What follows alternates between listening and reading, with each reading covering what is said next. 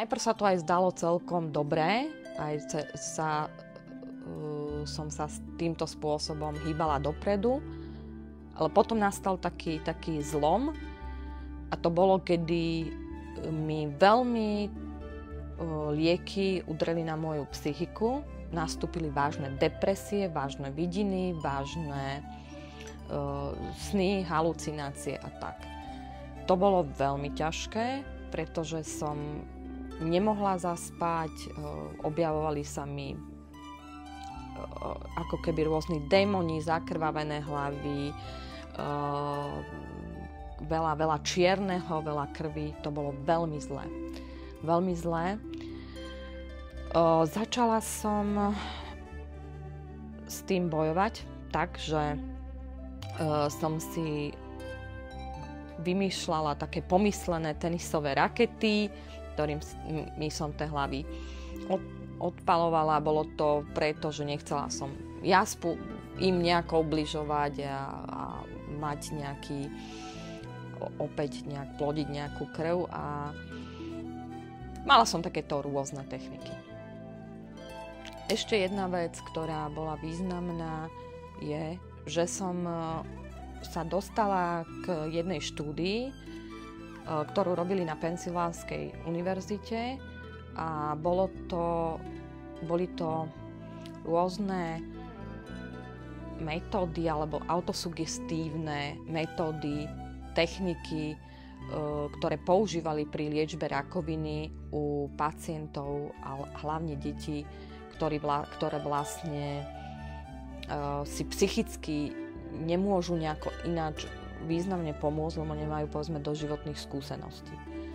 Bolo tam opísaných niekoľko metód a bola tam taká metóda, ktorú som si ja potom z tých rôznych metód vybrala, alebo tá, ktorá mi fungovala najlepšie, bolo, že som si predstavovala vlastne svoje telo ako nejaké krvné kanáliky, plavú tam žraloky, požierajú rakovinové bunky a potom ešte, ak nejaké pozostávajú, tak vlastne plávu potom tam chobotnice a tie dopapávajú tie posledné zbytky buniek. To mi vlastne pomáhalo na to, aby som vlastne zaspala a sa ukludnila. Napriek všetkému, aj to, že sa to, ako keby som už nejako si nachádzala techniku boja, som sa dostala do jedného zlého, kritického bodu, kedy som dostala hrozné bolesti a kedy som si povedala, že toto sú bolesti, ktoré neprekonám a to bol moment, kedy som to chcela vzdať a spáchať sebevraždu. Mala som lieky na ukludnenie, chcela som ich pojesť a nejako takto to ukončiť. Nebolo tam niečo ako veľmi racionálne, chcela som len tú bolesť ukončiť. No, nejak som začala, myslím, z tých liekov jesť a ešte horšie mi bolo. A mala som ešte v tom čase jednu pani, ktorá mi posielala energiu, reiki energiu. Nevedela som príliš o nej, o reiki energii, niekto mi pani doporučil, vždy keď som jej volala, tak ona vždy mi povedala, že mi posiela energiu.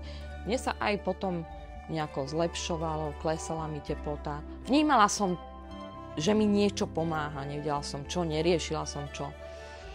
A v tomto kritickom momente ma zrazu napadlo, že proste zavolám tej pani, boli 4 hodiny ráno, ona ako keby vedela, že je zle a naozaj som mala dojem, že mi pomohla. Pomohla mi aspoň tak, že som sa potom dostala do nemocnice.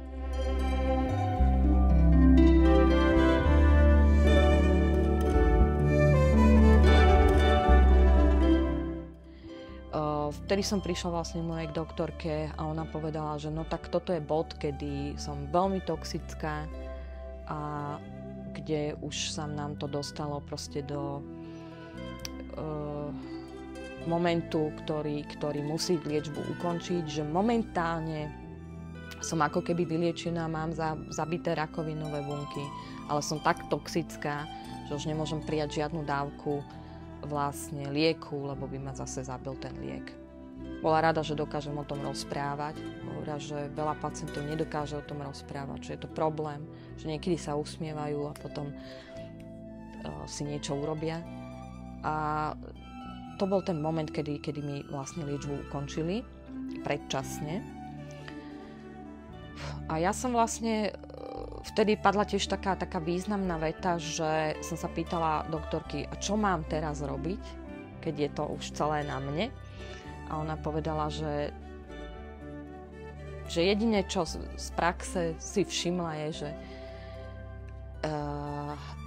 že musím byť šťastná. A vtedy mi to prišlo veľmi, veľmi divná veta a veľmi veta taká, že no, keby to bolo také ľahké, že všetci chceme byť šťastní. No ale tak som odišla s tým, že dobre, tak sa pokúsim byť šťastná.